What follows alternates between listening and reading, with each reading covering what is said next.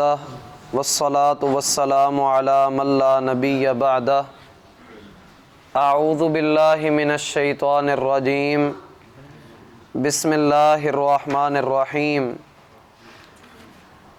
احباب گرامی، سورۃ الحجرات کی 11ویں آیت ہمارے پیش نظر ہے۔ اللہ تعالیٰ کا فرمان ہے کہ اے وہ لوگو جو ایمان لائے ہو، کوئی قوم کسی دوسری قوم کا مذاق نہ اڑائے۔ قریب ہے کہ وہ ان سے بہتر لوگ ہوں، اور نہ ہی عورتیں دوسری عورتوں کا مذاق اڑائیں، شاید کہ وہ عورتیں ان سے بہتر ہوں۔ اور تم اپنے آپ پر عیب نہ لگاؤ اور ایک دوسرے کو برے لقبوں سے نہ پکارو۔ ایمان لانے کے بعد یہ بہت برا کام ہے، اور جس نے توبہ نہ کی تو وہی لوگ ظالم ہیں۔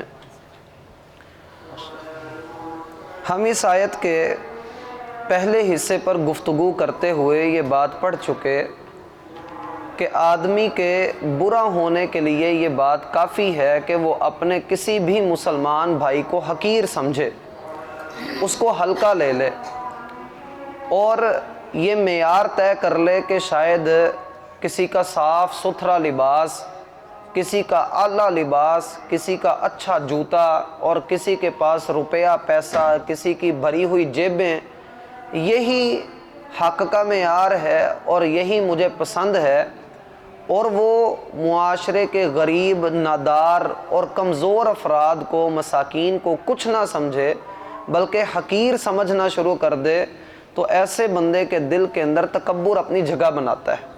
اور رسول اللہ صلی اللہ علیہ وآلہ وسلم نے یہ بات ارشاد فرمائی کہ لوگوں، ہو سکتا ہے کہ اللہ تعالیٰ تمہیں جو رزق عطا کر رہا ہے وہ تمہارے کمزوروں کی بنا پر ہی تمہیں مل رہا ہو۔ جو تمہیں رزق مل رہا ہے، جو تم آفتوں سے محفوظ ہو، اور جو تم اللہ تعالیٰ کی طرف سے عافیت میں ہو، یہ تمہارے ہاں جو کمزور افراد رہتے ہیں یہ ان کی دعاؤں کا نتیجہ ہے۔ اور میں نے ایک حدیث بھی آپ کے سامنے رکھی تھی کہ کتنے ہی ایسے لوگ ہیں جو دروازوں سے دھتکار دیے جاتے ہیں، جن کی کوئی اہمیت اور حیثیت نہیں ہوتی، مگر اللہ کے ہاں ان کا اتنا رتبہ ضرور ہوتا ہے کہ اگر وہ کوئی قسم اٹھا لیں تو اللہ ان کی قسم کو پورا کر دیتا ہے، اللہ تعالیٰ ان کی بات کی لاج رکھ لیتا ہے۔ تو غرباء کی، مساکین کی اور ناداروں کی قدر کرنا اور ان کے کام آنا، در حقیقت ہم ان کے کام نہیں آئے، وہ ہمارے کام آئے۔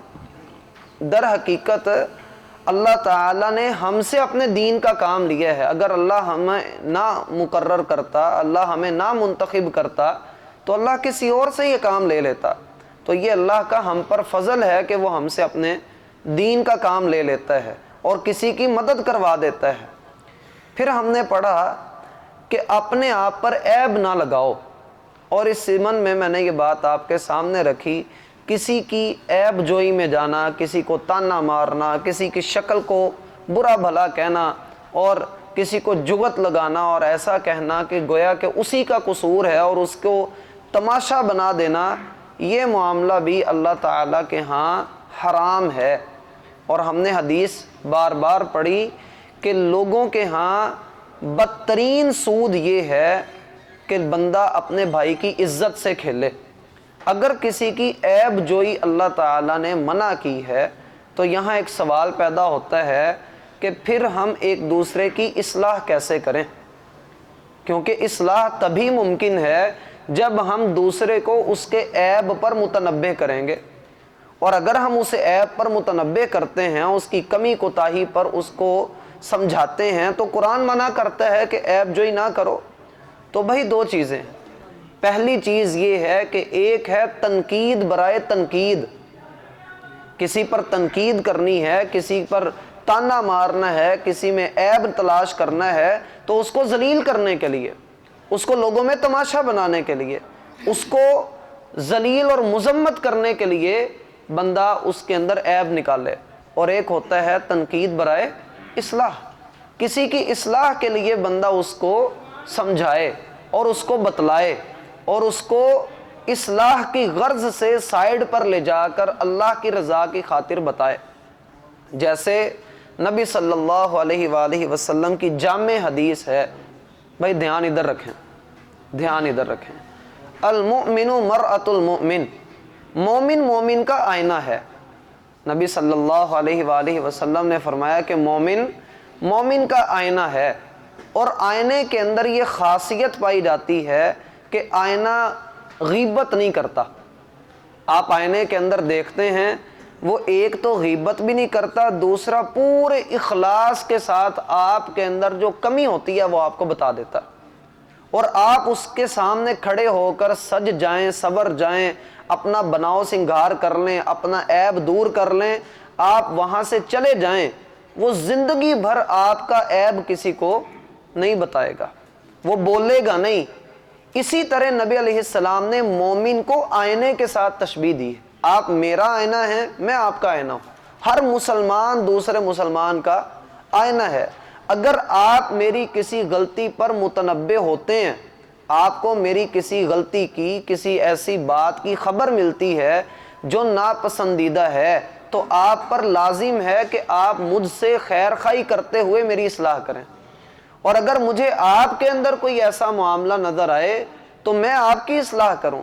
اسی سے معاشرے کے اندر محبت اور امن فروغ پاتی ہے. اور اگر انسان یہ سمجھے کہ جڑا جتھے لگا ٹھیک لگا، ہم کون ہوتے ہیں کسی کو سمجھانے والے؟ بھائی جی اس نے اپنی قبر میں جانا، ہم نے اپنی قبر میں جانا، وہ کون سا روٹی کو چوچی کہتا ہے، اس کو تو سب پتہ ہے.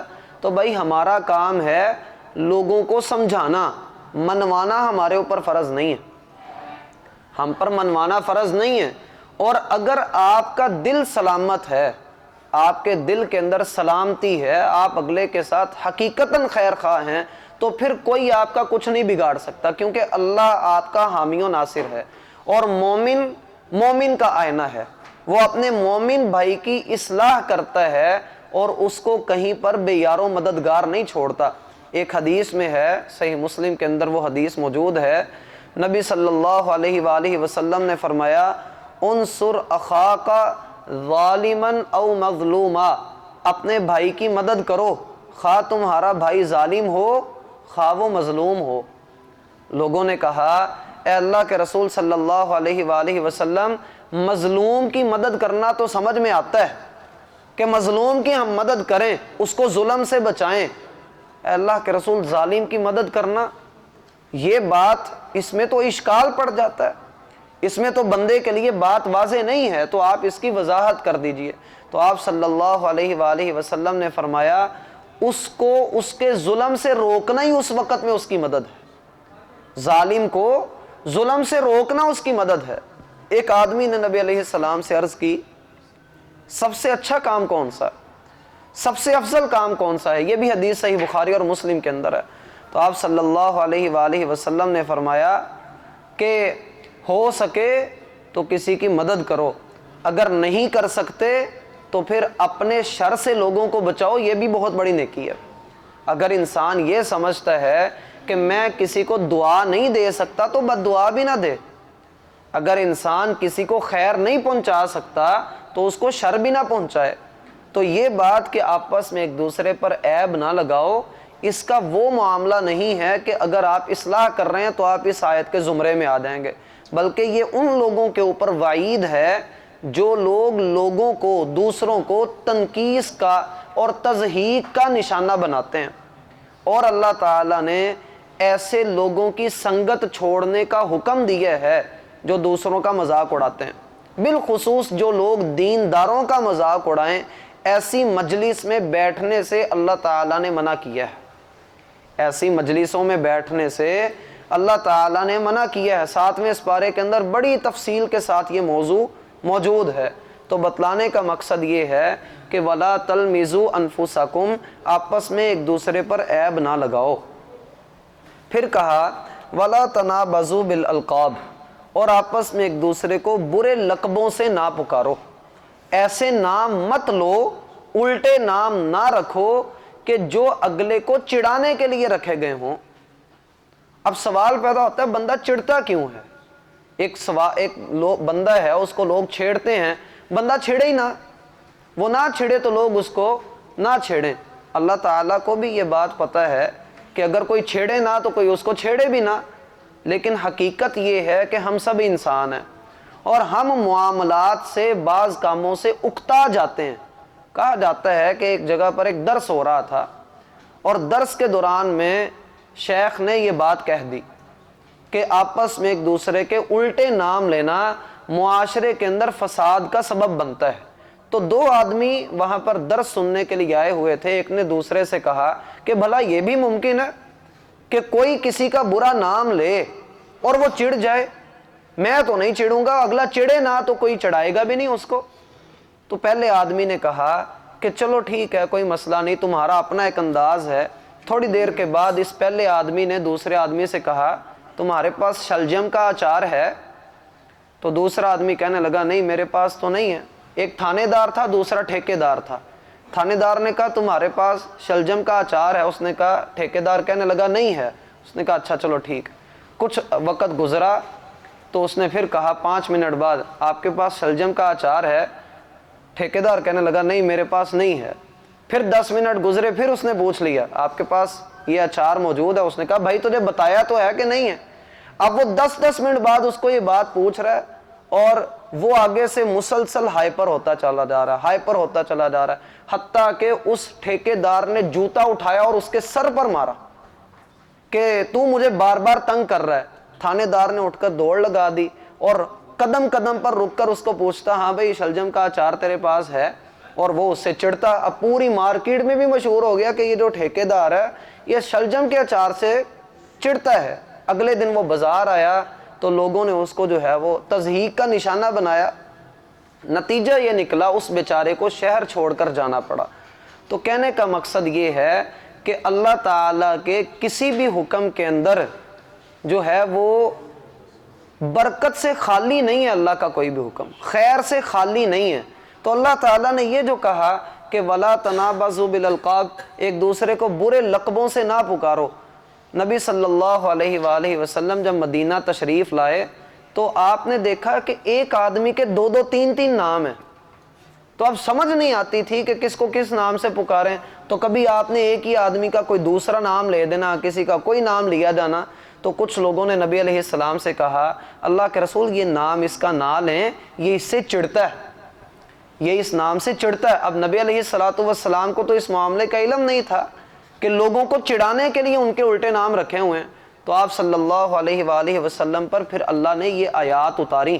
یہ کتنا برا کام ہے۔ اللہ تعالیٰ ان تینوں کاموں کے بارے میں آگے کیا کہہ رہے ہیں؟ بئس الاسم الفسوق بعد الایمان، ایمان لانے کے بعد یہ بدترین کام ہیں۔ ایمان لانے کے بعد یہ بدترین کام ہیں۔ برائی کا نام خود برا ہے، اور اگر آپ کسی کا نام ہی برا رکھ دیں، برائی بذات خود بری ہے اور آپ نام ہی اس کا برا رکھ دیں تو وہ کتنی بری ہو جائے گی۔ جیسے گناہ ہے، لیکن اگر گناہ کے ساتھ شیطان کا نام بھی جڑ جائے تو وہ کتنا برا گناہ لگتا ہے۔ اسی طرح ایک ہوتی ہے گرمی، لیکن گرمی کے ساتھ آپ آگ کو جوڑ دیں تو وہ اور بری لگے گی۔ اسی طرح کہا بئس الاسم الفسوق بعد الایمان، ایمان لانے کے بعد یہ بدترین نام ہے۔ لیکن ہمارا معاشرہ بھرا پڑا ہے، ہر کسی کی کوئی نہ کوئی چھیڑ، کوئی نہ کوئی معاملہ ہم نے رکھا ہوتا ہے۔ بلکہ اگر کوئی بزرگ ایسا ہو جس کا ذہنی توازن بیچارے کا درست نہیں، یا کوئی بھی ایسا جوان ہو، لڑکا ہو، یا ویسے اگر کسی کی کوئی چھیڑ بن جائے، ہماری قوم اس کو معاف نہیں کرتی۔ اس بیچارے کو ایسی تضحیک کا، اب یہ اگر کوئی بندہ کسی کا الٹا نام لیتا ہے تو وہ تینوں کام کر رہا ہے، مذاق بھی اڑا رہا ہے، اس کے اندر عیب بھی نکال رہا ہے اور اس کا الٹا نام بھی لے رہا ہے۔ اللہ کیا کہتے ہیں؟ وَمَن لَمْ يَتُبْ، اور جس نے توبہ نہ کی، جس نے ایسے کاموں سے پلٹ کر پھر توبہ نہ کی تو کیا ہوگا؟ فَأُولَٰئِكَ هُمُ الظَّالِمُونَ، تو یہ ظالم لوگ ہیں۔ ظلم کس پر کر رہے ہیں؟ اپنے آپ کے اوپر۔ اور یہ ظلم کوئی معمولی شے نہیں ہے، انسان زبان کی ہلاکت کے اندر پڑ جائے گا۔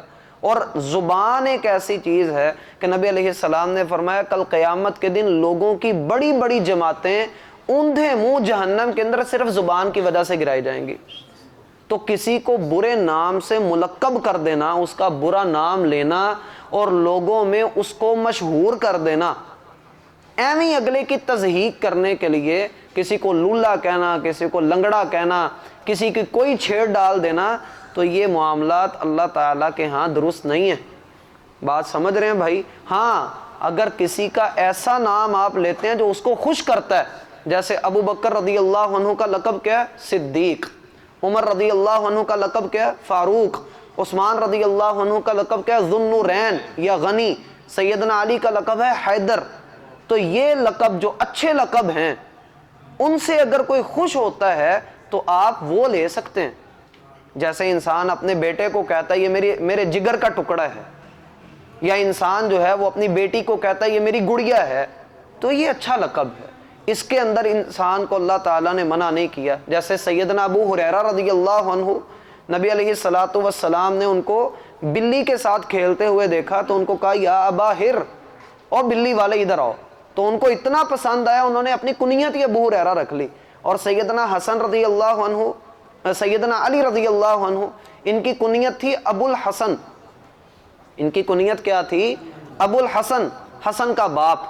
لیکن ایک دن ہوا ایسا کہ نبی علیہ الصلوۃ والسلام نے دیکھا کہ سیدنا علی مسجد نبوی کے اندر لیٹے ہوئے ہیں اور جسم کو مٹی لگی ہوئی ہے، تو نبی علیہ السلام نے کہا قم یا ابا تراب، ابو تراب اٹھو، مٹی والے اٹھ جاؤ ذرا۔ تو سیدنا علی کو اتنا پسند آیا یہ انداز کہ انہوں نے اپنی کنیت ابو الحسن سے بدل کر ابو تراب رکھ لی۔ تو کسی کا اچھا لقب جو اس کو خوش کر دے وہ آپ لے سکتے ہیں، لیکن کسی کا برا نام جس سے آپ کو پتہ ہو کہ یہ بندہ چڑھتا ہے یا یہ اس کی چھیڑ ہے، اگر کوئی بیچارہ جو ہے وہ شرافت کا مارا وہ آپ کو کچھ نہیں کہتا اور آپ یہ سمجھیں نہیں یہ کون سا کچھ کہہ رہا ہے، اب تو نہیں نا چڑھتا، اب تو ہم کہہ سکتے ہیں، تو بھائی گناہ پھر بھی وہی ہے۔ اگر ہمارا کوئی نام ایسا لے تو پھر انسان کا کیا بنے۔ اسی لیے نبی علیہ السلام نے فرمایا کہ جو اپنے لیے پسند کرتے ہو وہی اپنے بھائی کے لیے پسند کرو، اگر نہیں تو پھر بندے کا ایمان بھی کامل نہیں۔ اسی لیے اللہ نے آیت کا آغاز یا ایھا الذین آمنوا سے کیا۔ اللہ سمجھنے کی توفیق دے۔ یا ایھا الذین آمنوا لا يسخر قوم من قوم عسى أن يكونوا خيرا منهم ولا نساء من نساء عسى أن يكن خيرا